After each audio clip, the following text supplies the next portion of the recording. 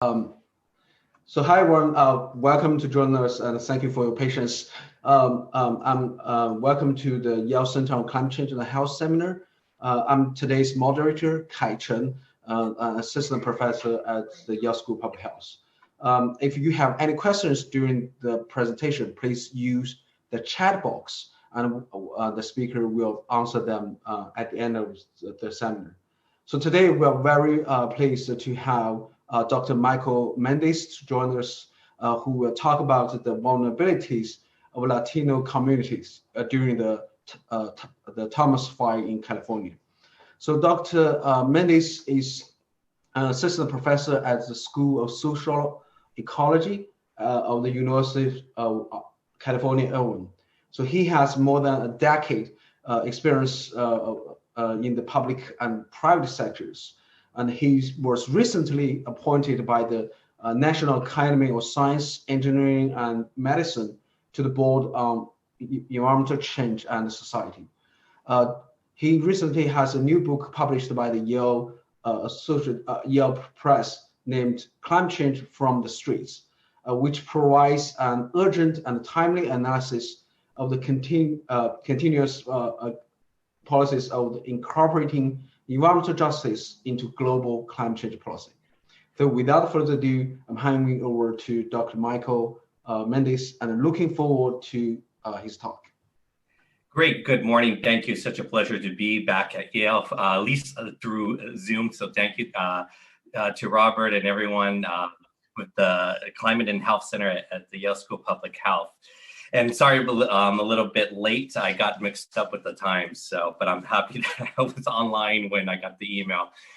So today I'm going to be talking about some research I actually started at the Yale School of Environment on looking at the disparate impacts of wildfires on undocumented immigrants, and specifically looking at lessons on inclusive disaster and climate adaptation planning. So as many of you know, in California, over the last 4 or 5 months, we have been experiencing major climate change crises. And in the last 2 months alone, millions of people have been impacted by fires, blackouts, heat waves, worsening air quality, and of course, the ever-present COVID-19 pandemic, and of course, loss of life and property. These are all major life events. And the 5 of the 10 largest wildfires by acreage ever recorded in California occurred within the last 3 months. These compoundings of disaster have a corresponding health, social, and economic impacts to people, especially people of color.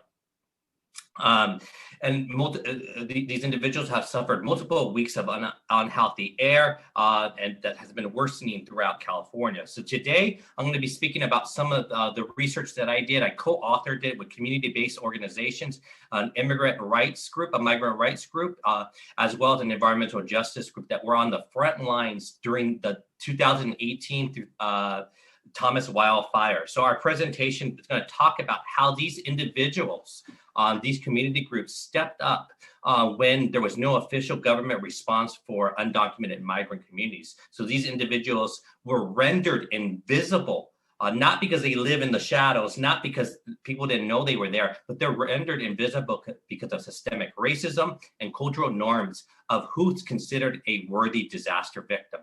And oftentimes they're not undocumented migrants, are not considered worthy disaster victims. Therefore, they're rendered invisible, and important resources, government resources, disaster relief, therefore is withheld from them, which makes them more vulnerable to disasters such as wildfires. So it's important to understand that disaster risk reduction starts first and foremost with social integration of migrants. I just mentioned that how these migrants were, undocumented migrants were rendered invisible because of systemic racism and cultural norms of who they were, the disaster victim. So if you bring in undocumented immigrants, if you really want to address disaster risk reduction, before a disaster, you have to acknowledge the existing inequalities that undocumented migrants experience, their pre-disaster marginalized status, and try to integrate and reduce those inequalities before disaster happens. Because when a disaster happens, that compounds and exacerbates existing inequality. So it's important to understand about their pre-disaster marginalized status. As I mentioned before, this is some research that that was recently published by Geoforum, which is the leading human geography journal in the field, and we called it the Invisible Victims of Disaster. And I chose a community-based research project and giving the migrant rights group and the environmental justice group's authorship of this research. And we worked jointly and collaboratively on the research questions, the data, and of course the analysis and throughout the publication. Oh my, this is the older version. So I just want to show some issues about disaster recovery resources here. So this is an outline that one of the assembly members where my parents live in Silmar, California, which is in the northeast part of Los Angeles. And Silmar, California is a working class immigrant community. But it's important to note here, when you go for disaster assistance funds, you need to have a social security number and you need to have a bank account to receive federal disaster relief funds. Undocumented immigrants are not eligible to that. My parents luckily are US citizens, they're homeowners, so their vulnerability is very different than other Latino migrant communities. So oftentimes in disaster relief funding and practices, these ideas of Latinos being homogenous is integrated into policies, and it does not effectively address all the issues that are happening to these communities. For example, these are some recent some headlines that have happened over the year. The Kincaid Fire, which is in Northern California, Sonoma and Napa area. It talks about how farm workers had to flee from their houses, from the worker camps that they lived without gas, and had to do makeshift shelters on nearby beaches and other parks because they were afraid to go to the designated shelters that the county and local governments did for fear of deportation of ICE, the Homeland Security, coming in and taking them. As well, there's also issues with language access. Oftentimes, when you talk about undocumented migrants that are coming from Latin America, you think they're all Latino or Hispanic, but a lot of them are indigenous. They're indigenous Mexicans or indigenous individuals from other countries, and many of them are illiterate, and many of them don't speak Spanish, let alone English. So to be able to communicate to them is quite important in their own languages, particularly in an oral fashion.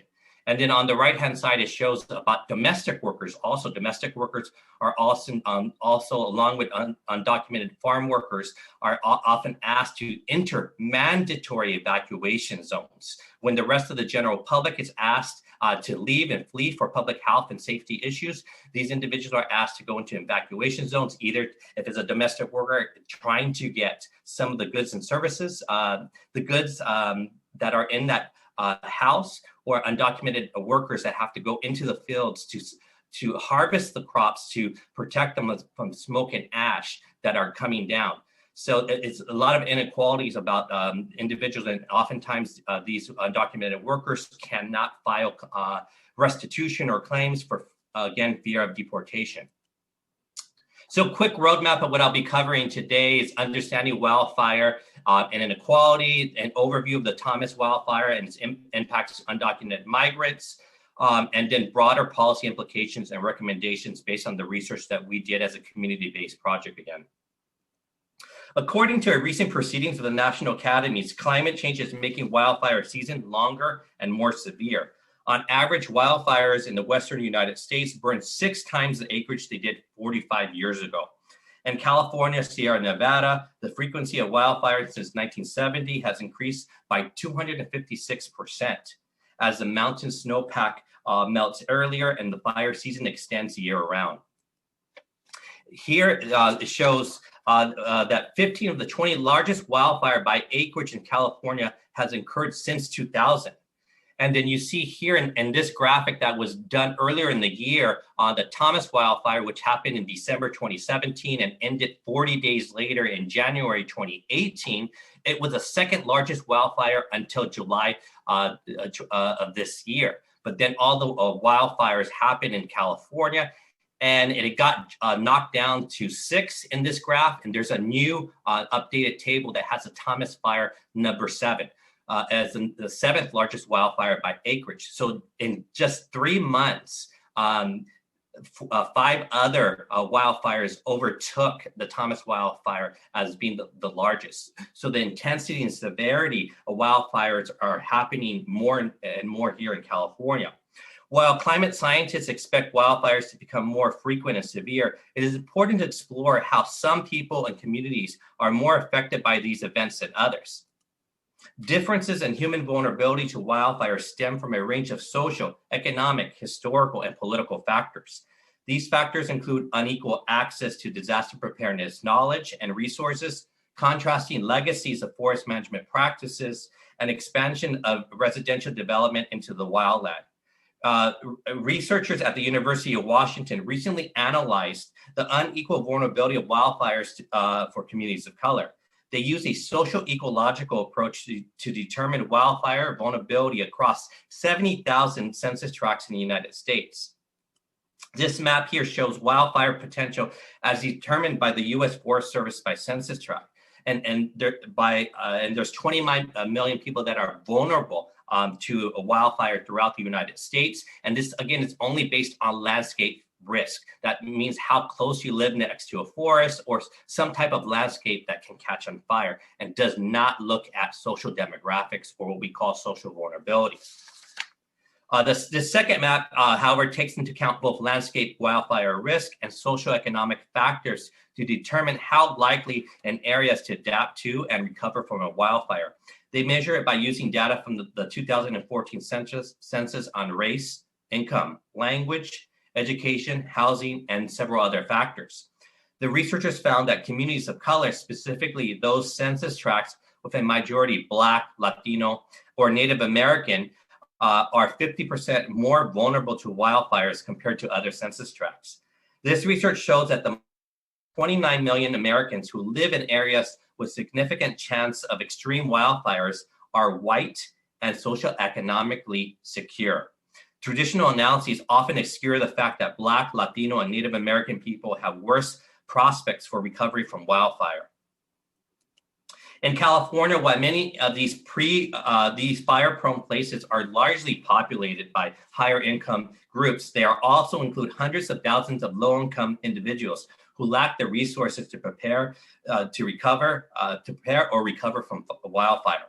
These numbers will likely surge according to the California 4th Climate Assessment Report, which projects that the state's wildfire burn area will increase by 77% by the end of the century.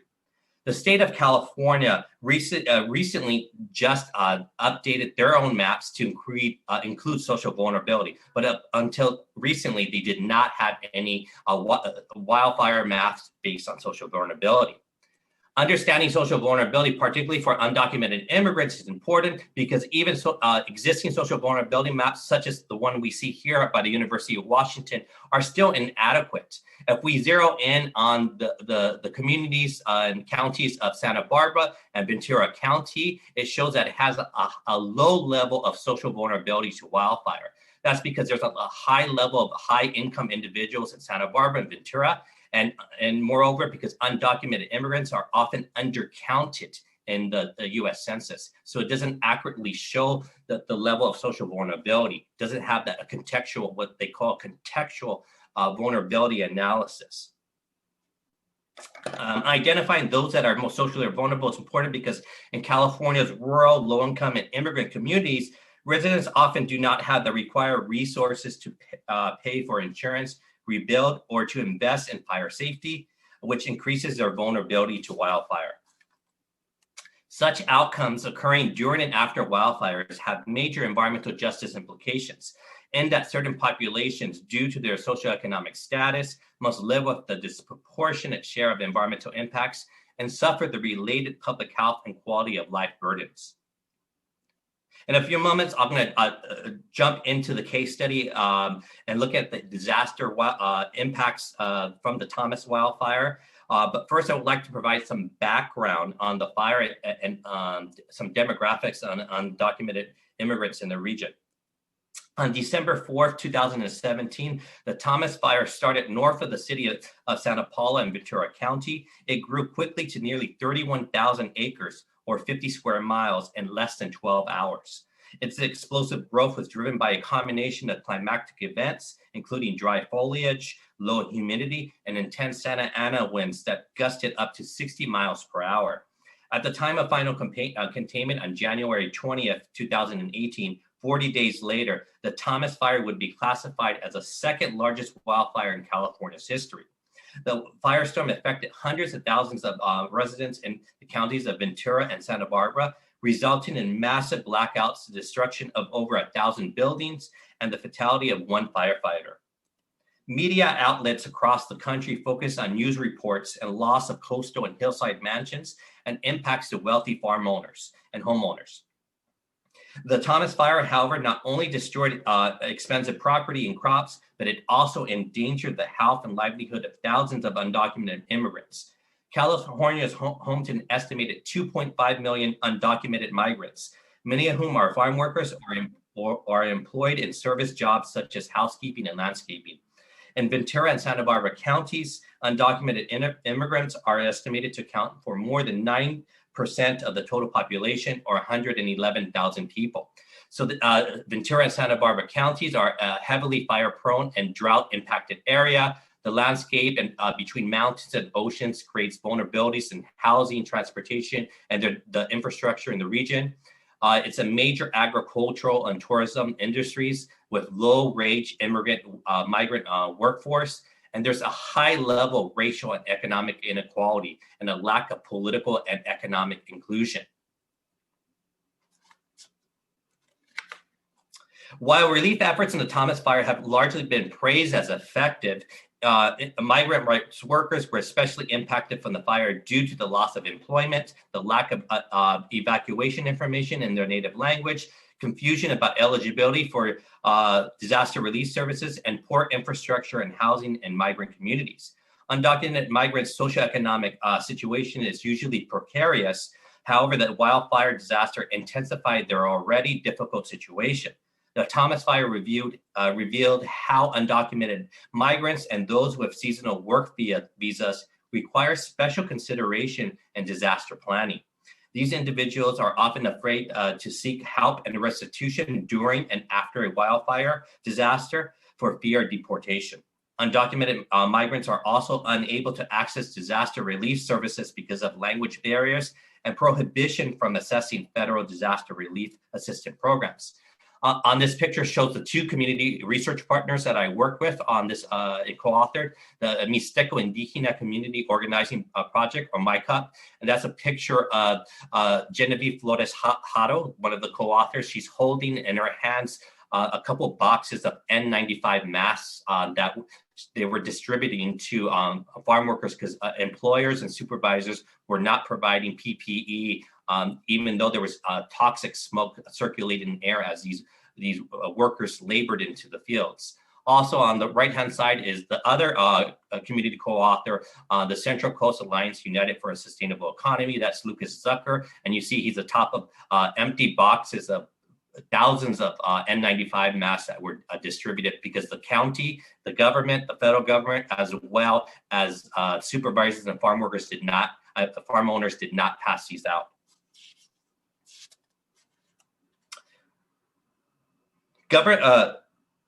Governments in the region overlook the needs of low-income farm workers, Spanish and indigenous Mixteco speakers, and migrant families. Ventura and Santa Barbara counties are both home to a growing indigenous Mexican population. It is estimated that over 25,000 indigenous Oaxacan people from southern Mexico live and work in Ventura County, while Santa Barbara County is home to a population estimated at 29,000. Concentrated in labor-intensive sectors such as row crops and cut flowers, indigenous migrants perform an increasing amount of the arduous labor, which contributes to the profitability and affordability of fresh fruits and vegetables. In particular, Mixtec people in Ventura County are culturally and linguistically isolated. Many are illiterate, and most speak neither Spanish nor English, but only their native language, Mixteco, which is only oral. It is important to note that Mixtec people are not Hispanic or Latino, but are indigenous. They're often homogenized with the general Latino population. The fact that they often cannot communicate with people beyond their own indigenous communities impedes their ability to obtain appropriate healthcare, housing, education, negotiate with their employers to improve their work situation, and exercise their basic civil rights. With these variables in mind, our research adapts the work in the field of public health that examines issues of intersectionality. That is, how social categories such as gender, class, race, indigeneity, immigration status, and other aspects of human identity intersect with wildfire disaster. The concept of intersectionality has been used to highlight how these categories of culture and identity overlap, heightening the effects of discrimination, exclusion, social inequality, and systemic injustice in the lives of specific individuals. An intersectional approach to wildfire disaster, it emphasizes how certain people and groups suffer worse effects because of overlapping factors that are often measured separately. In this respect, we define social vulnerability to wildfire as comprised of the risk of exposure, the likelihood that people will be affected, sensitivity, the degree to which people will be affected, and adaptive capacity, the ability of people to prepare and or recover from a wildfire based on available resources. Moreover, we ask the question of what does adaptive capacity mean for migrant communities? Most of the literature on adapting communities to wildfire focuses on redesigning communities, focus on homeowners, how can we redesign our homes and buildings through land use and building codes. But what does this mean to migrant undocumented communities in terms of language access, worker health and safety rights, immigration status and access to disaster relief, and housing and transportation impacts? So now I'm finally going to jump into some of the impacts that were present during the Thomas wildfire. There was inequity in terms of language access to emergency information. While this area has a large proportion of Latino and Hispanic individuals that speak Spanish in the area and have been living here for generations, the counties of Ventura and Santa Barbara counties did not have anyone in their emergency services to do live translations. So that the fire raged on for nearly 10 days, and there was no translation of emergency information that included advisory alerts about poor air quality, about sheltering, about emergency evacuations, about boiler alerts. What they did on the fourth day is put a Google Translate tool on top in their websites, as well as on top of emergency information. And it had one sentence in Spanish that read that if you don't speak English, please take this emergency information note to somebody that can translate it for you. And then the Google Translate at the time, this was about 3 years ago, was not as refined as it is today. And when you would type in a wildfire, it would be translated as hairbrush. So there was a lot of inequities that occurred. And it took about 10 days for the state of California to lend somebody from the governor's office of emergency services to help do live translations. But in the interim, MyCup and CAUSE, the two community-based organizations, had to do all the translations in their social media platforms. They have a low-power radio station that they were able to translate it in Spanish and Mixteco and a couple other commonly spoken languages in the area.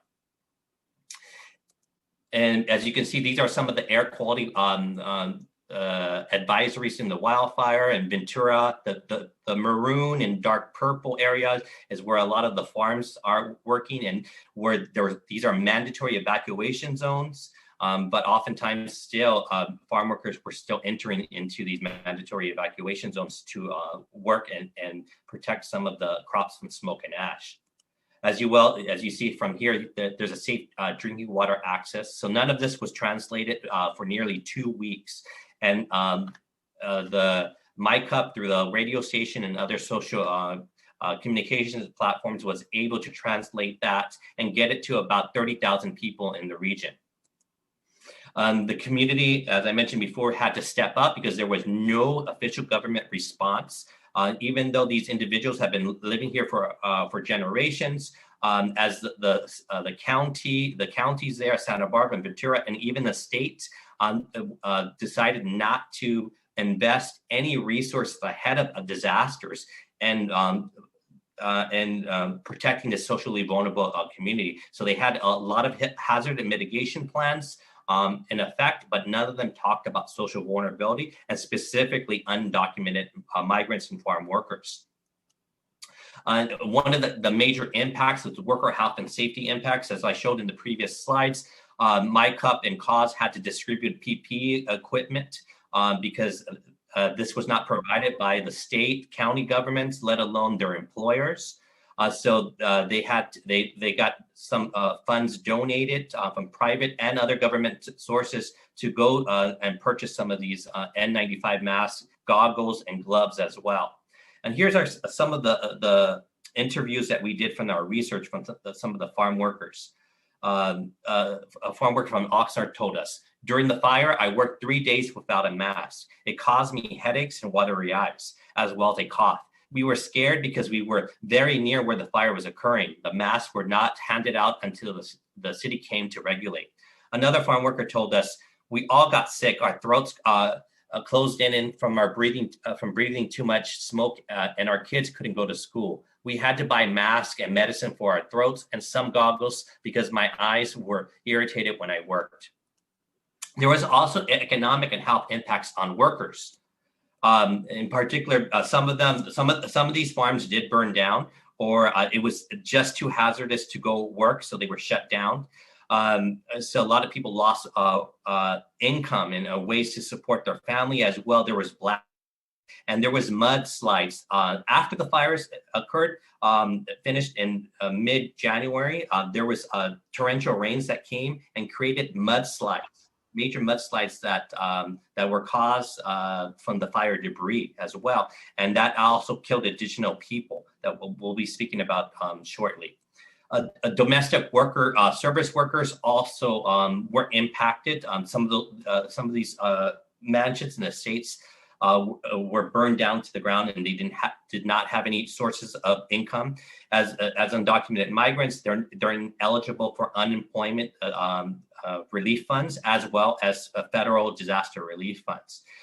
One of our informants, one of the people we interviewed, also told us about the inequities that were happening. For instance, one of the domestic workers told us, as well as the Los Angeles Times, that while her employer fled the home because it was a mandatory evacuation zone, she asked the domestic worker to stay and safeguard the house and to be able to get a couple items if the fire would get too close to the house. So these individuals were asked, not forced, but asked and pressured to stay in a mandatory fire evacuation zone. Here's some additional quotes from one landscaper in Santa Barbara. I could not get to the homes where I worked because the streets were closed. 2 of the homes I worked at were destroyed. One of my good friends was lost during the mud flow. He had only been living in Montecito for 3 weeks before he died. I myself am a cancer survivor and the only one who provides for the family. Another worker told us, the day the fire started, the sky was covered with smoke and we were sent home. The next day we didn't work because it was dangerous due to the fire. We lost power because it was cut off by the fire, and we lost food and milk for our kids. During the mudslides, we couldn't get to work and were told to stay home for 2 days. As I mentioned before, immigration status and disaster aid really limits people's adaptive capacity, how they're going to bounce back from the disaster and recover, so that they're not provided with government resources, even though they're contributing to the economy and our society. As a result, migrant rights groups and other social justice and nonprofit groups in the region create the 805 Undocu Fund. This was modeled off of the original Undocu Fund in Sonoma and Napa County for the fires that happened about 6 months earlier. And so this was modeled after Napa and Sonoma. And as you can see from here, total relief was provided to nearly 2,000 families. Almost 4,000 undocumented people, and over 7,000 mixed status individuals, and over $2 million has been raised They're continuing to raise as these fires and other COVID-19 persists. But often there's waiting lists because there's not enough funding to support all the undocumented families that want to be supported through this fund. And it's important to note that these mixed families should not have to go to a private disaster relief fund like this, but many are for fear of deportation. Because even though a mixed family is a family that has a U.S. resident or a U.S. citizen, but there's also undocumented migrants within that household living in the same household. And so they're eligible by being residents or U.S. citizens.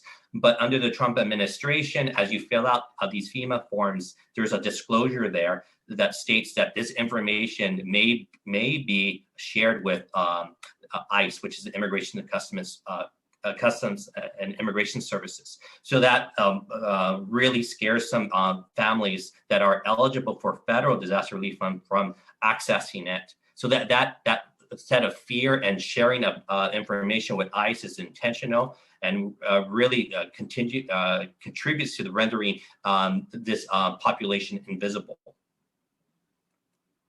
Here's another quote regarding the undocumented fund.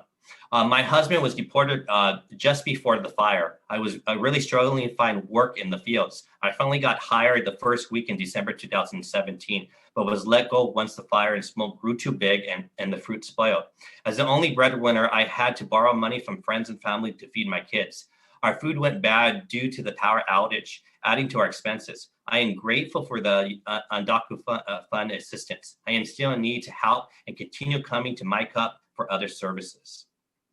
There was also a loss of regional housing stock. So it wasn't just mega mansions and wealthy individuals. There was also housing stock lost in some parts of Santa Barbara that were multi-family housing. But any California, you may know, like San Francisco, the Central Coast, Santa Barbara in particular, has an affordable housing crunch. So any loss of housing has an impact throughout the region as people have to move to other housing to replace their homes.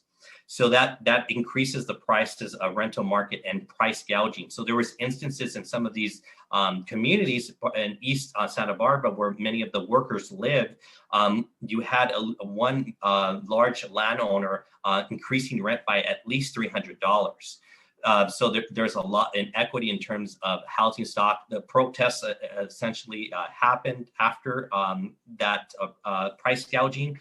But this is an occurrence that happens particularly a lot in undocumented migrant communities. They know, the landowners know that often these individuals are not going to tell the government, and so they feel that they can get away with this.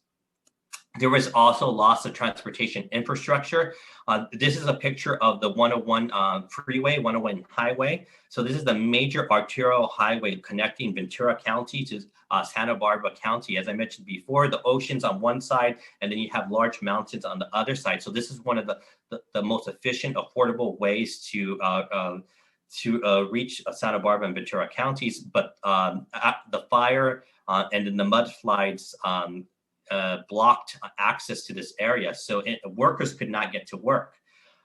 So if you didn't have funds to find alternative forms of transportation, then you were really very out of luck. And it was a situation where you would lose more income. So people with higher incomes were able to rent boats. They actually rented boats to get around the highway. Other people bought expensive Amtrak tickets. And then finally, other people drove all the way around the mountains, which took much longer, a lot more gas to get around. But many undocumented immigrants don't have that extra cash to do these alternative transportation modes. And then looking at the limitations, now I want to jump into sort of the policy implications of some of our research, and particularly the limits of vulnerability mapping. Current social vulnerability mapping renders many minority and poor communities of color invisible. For example, the University of Washington map shows Santa Barbara and Ventura counties as having low levels of social vulnerability due to the large proportion of economically secure households in the region. However, as we showed in our research, Latino and indigenous migrant communities were among the most impacted during the Thomas Fire. Moreover, immigration status has received little attention in disaster vulnerability mapping.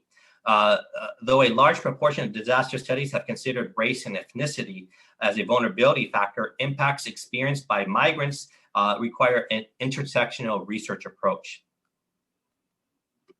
Current vulnerability mapping approach also fails to account for the complex web of impacts caused by disasters far beyond destruction of property within the perimeter of the fire itself. Toxic smoke flows down from burning mountainsides, settling in densely populated valleys below, threatening outdoor workers. Lavish hillside mansions are destroyed or evacuated, leaving low-income migrant gardeners, housekeepers, and caregivers unemployed. Tourism throughout the region shuts down, putting thousands of hotel employees out of work. From the loss of housing and infrastructure to the closure of schools and job sites, multiple regions are impacted beyond the census tracts identified in mapping models of fire landscape risk zones. For example, a low-income migrant family living outside a burned area who loses several weeks of wages without eligibility for federal and state assistance may be more negatively impacted than a higher income homeowner who lives within the fire risk zone, whose property is replaced by their homeowner's insurance policy, which also pays for hotel accommodations for them to stay in the interim. So here, the policy implication here that I want to drive home really is that existing inequalities are exacerbated during the disasters because there is no existing social safety net before a disaster to protect these individuals. So disaster risk reduction must start with social integration of migrants before a disaster. So the COVID-19 pandemic, I can talk a little bit more about this in the Q&A, has really decimated some of these communities. But this Thomas fire that happened was 3 years ago, and the fires in Northern California, Sonoma and Napa County happened about 3 years ago as well. Since those fires that continue to happen, these regions have become a little bit more proactive in disaster planning, particularly groups like MyCup and other migrant rights groups have really asserted their rights to speak as disaster experts and really have demanded to be in some of these county and state government meetings as stakeholders in disaster planning. So infrastructure through protests and advocacy has expanded to be able to provide more adequate resources to individuals during disasters and pandemics. And as I talk to some of these migrant groups, they all tell me that while the COVID-19 pandemic has decimated those communities, had it not been for the planning after the wildfires, disasters, and these farm worker communities, the COVID-19 pandemic would have been far worse because they had at least 3 years to become experts and demand resources from the state and local governments. So the broader policy implication of this research is to ensure inclusive disaster planning, that we must draw on migrant community knowledge, embrace migrant communities in disaster planning, response, and recovery, and bolster Latinx, indigenous civil society organizations' capacity in disaster relief and planning efforts. So some outcomes that happened since the Thomas wildfire. California has adopted some very culturally and linguistically inclusive disaster planning resources, requiring county and state governments to provide language access to emergency information. And that's also contingent on disaster relief aid. So if you want state disaster relief aid, you have to update your protocols on disaster planning and your language access. And there's also been funding tied to cultural competency in disaster planning and climate resilient planning. So these local governments have to show how they're proactively working with socially vulnerable communities ahead of disaster into their mitigation and hazard mitigation plans. Some of the recommendations we end our research with that there should be a statewide disaster relief fund for all, regardless of immigration status. It's inequitable that civil society, particularly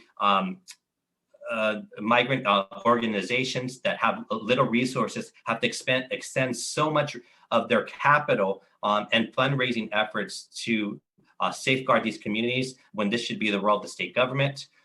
There should also be emergency funding for CBOs on the ground working with these communities. Again, they lack a little resources. State and local governments need to develop new methods to map socially vulnerable communities, as I showed from the University of Washington social vulnerability mapping, which is a great tool, but it still renders some communities invisible, such as undocumented migrants. And then to codify into law protections from wildfire smoke. Right now, advocates was able to work with the State Board of Occupational Health and Safety to do an emergency regulation for wildfire smoke. So when the air quality reaches 151 index, employers are required to provide a PPE, N95 respirator masks. But that's temporary, and it's really been uneven of how this is enforced, and this should be codified into law.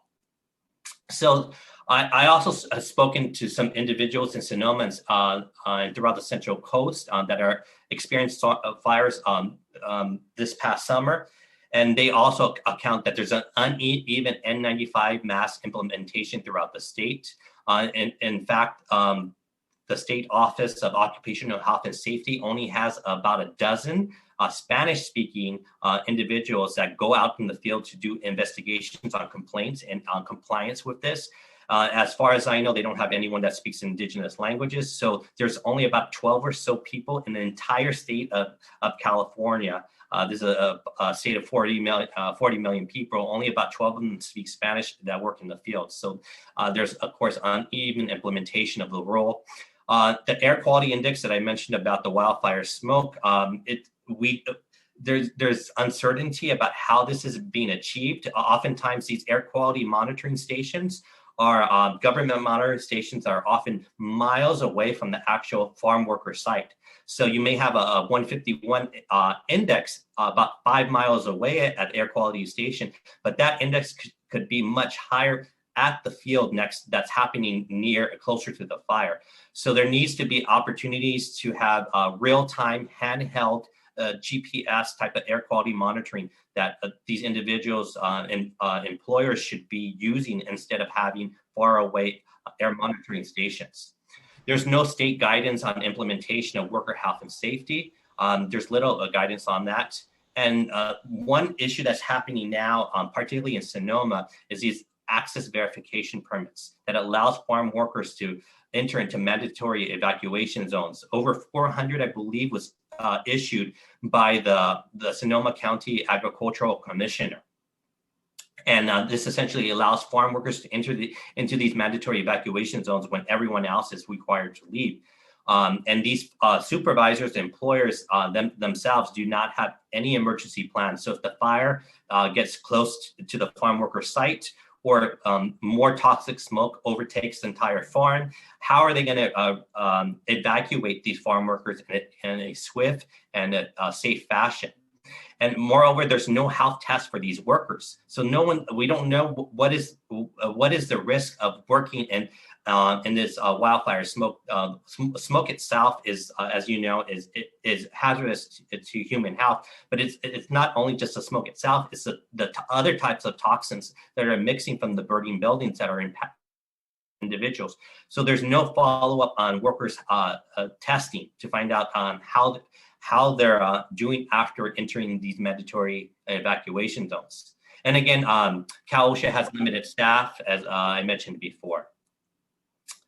And there I'll be able to open up to questions, and I look forward to hearing your questions and comments. This is just a quick slide that we recently did in October with the governor's office and the United Nations. So the United Nations Intergovernmental Panel, the United Nations International Organization on Migration hosted a panel with ourselves as well as the California Governor's Office on Emergency Services to talk about what the rest of the world could learn from the migrant experience in California, because these disasters, because of climate change, is making the severity of these disasters more frequent and severe. It's happening in Australia, it's happening in Latin America, it's happening in Greece, and migrant communities are in all these places. So the idea was to understand what can the rest of the world learn from the migrant wildfire disaster experience in California.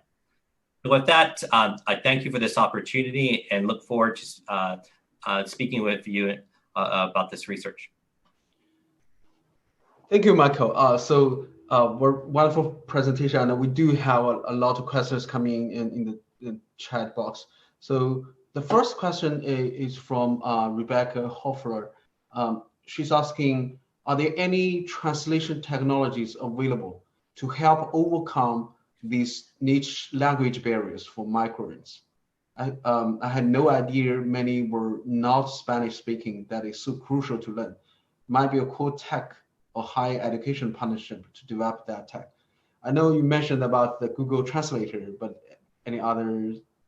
Yeah, there's a couple that are there, but again, the onus should not be put on the individual resident, worker, or community-based organization. The onus needs to be on local and state government and federal government to provide the resources to safeguard all community residents, regardless of immigration status. So these individuals are important contributors to our society. They make fresh fruits and vegetables available for us and do some of the important work as essential workers. But yet we don't value them enough to safeguard. So that's why I mentioned that systemic racism and cultural norms of around immigration determines who's a worthy disaster victim. So yes, that's great in terms of the interim, but local governments that have this type of workforce in their area needs to dedicate resources for live translation and have staffing. A place like California, everyone think California is so progressive, but here's a situation where two populations are overlooked. Spanish and indigenous speaking individuals are entirely rendered invisible. Great, thanks. We also actually have a lot of questions pre-collected from the students. And one of them is, they are quite interested in, are there any quantitative evidence showing the vulnerability of this undocumented Latino from the research? So right now, there's no, there's social vulnerability mapping. There's some great models. The work the University of Washington did is great. But right now, there's that I'm aware of, there's no new models that takes into account undocumented migrants. And right now, that would take a very well thought out research design and human subjects protocol process, and working closely to do what you call ground truthing, working with hand in hand with these migrant organizations to identify individuals where they may be in general, because you don't want it to be too specific because of ICE and immigration services, but enough where you can identify it broadly in the region. Because right now, as you saw in Ventura, Santa Barbara, and other places in California too, and I'm guessing in the United States as well, the current indices basically whitewash or these communities. Okay, thanks. So another question from the audience is from Joseph, and I guess he's asking, has research investigated the possibility of training community health advocates within the indigenous communities so as to improve utilization and access to social services, health care, and disaster relief information? Yeah, so that's, as I mentioned very briefly about the COVID-19 pandemic. It's been 3 years since the Thomas wildfire, and about 3 years since 3.5 years since the first major recent fire in Northern California in those farm worker regions. And these advocates have become disaster experts in their own right, not by choice. They were forced to become this because this is the constituency that they advocate and protect. And you see migrant rights groups, immigration rights group working on climate change now, working because there's a strong, it's sort of the cyclical process. A lot of these individuals are leaving their countries as to some extent climate refugees because of drought, soil erosion in their ancestral homeland, particularly for people in Oaxaca and that come to the United States, and then they come over here, and it's different types of climate change impacts that are happening to them. So you see these groups being more active in non-traditional immigration priority topics such as the environment and now disaster. So these individuals are part of what's called VOAD, what's in Volunteers Organized for Assistance in Disaster or something. And so and several other roundtables around disaster, and particularly the Red Cross and Salvation Army. They also have their own private mainstream disaster relief systems. So these individuals are now brought in to those discussions that these disaster relief organizations have, as well as state and local government. A related question from the students. I'm glad that you mentioned that COVID-19 situation, and the students are wondering that does the COVID-19 disaster relief assistance for immigrants may help make the case that the states really need to put funding for healthcare coverage for these unauthorized workers? Yeah, so two things happen in California. First, it's important to know about COVID-19, about language information that happens, and the language Mixtec. There's no word for virus. So they had to come up with different types of both oral and pictorial messaging that talked about it, and not COVID-19, but an unknown illness and disease in that region to be able to convey that. So that's one thing, is having culturally sensitive and culturally appropriate messaging. Emergency information is important, and they have built somewhat of a capacity to be able to do that now and work in partnership with the state government. And because of the advocacy these groups have done, as well as the importance of the California Latino Legislative Caucus, so that the Latino Legislative Caucus is a caucus of Latinos, Latinx legislators that work in the California State Legislature, and they're a big number now. And they have put a lot of pressure, along with advocates, on the governor to be more responsive to migrant communities, particularly undocumented migrant communities. And this summer, the governor put $50 million in a temporary disaster relief fund. And I believe the philanthropic community did another 25, so a total of 75 million that went for one-time cash infusion to households, undocumented migrant households, anywhere between $400 and $700, I believe. But that money's already gone. $75 million sounds like a lot, but that it's been exhausted, and it was a one-time cash infusion. Thanks for the insights. From the audience, there's also some question regarding the other types of environmental pollution that may be concerning these communities. From Leon Winsey from Virginia is asking, is there any data or info regarding the safety of drinking water supplies for the affected workers and their living areas from these post-fire environmental concerning? Yeah, so I'm a little bit aware of that. So this is the toxins, as I mentioned, mixing in the air. It's just not regular trees burning down, but it's also all the materials that build our houses and our infrastructure that are quite toxic. So that not only goes into the air, but that also goes into the water in terms of what they call fire debris. And the State Water Resources Control Board is currently looking at that in terms of maximum contaminant levels and sort of what regions and how these regions are being exposed to this fire debris in their community drinking water systems. So that's something that's currently being looked at, yes. But I don't know how strongly it's being regulated.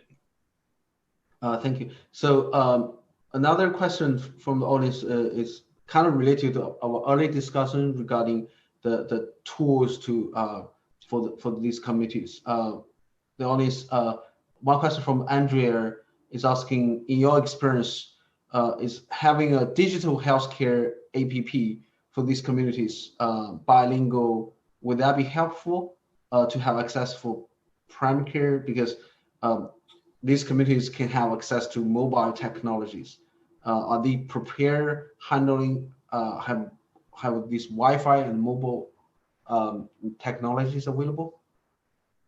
I'm not sure I entirely understand that, but MyCup, the Mixteco Indígena Community Organizing Project, they did have a very high social media presence, and particularly WhatsApp, as from what I learned from the research, what I've been told, is very popular in migrant communities, particularly Mexican migrant communities. So they disseminate information through WhatsApp, through their Instagram, their Facebook, and I think they have another social media, and then of course the radio. The radio is very common, very simple one that individuals get a lot of their information from.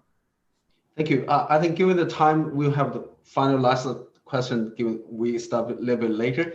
The question combining from both the students asking and one of the audiences kind of asking about, you have shown very powerful images both in the paper and in your presentation, and telling the story of these workers were required to stay behind or gathering belonging from the employer's home despite these evacuation requirements.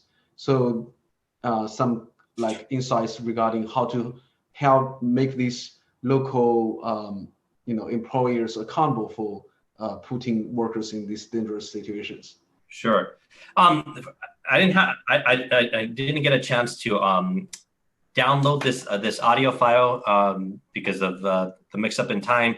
But I wanted to first play this audio file real quick of what the Mixtec language sounds like. I'm sure there's many people that have never heard it before.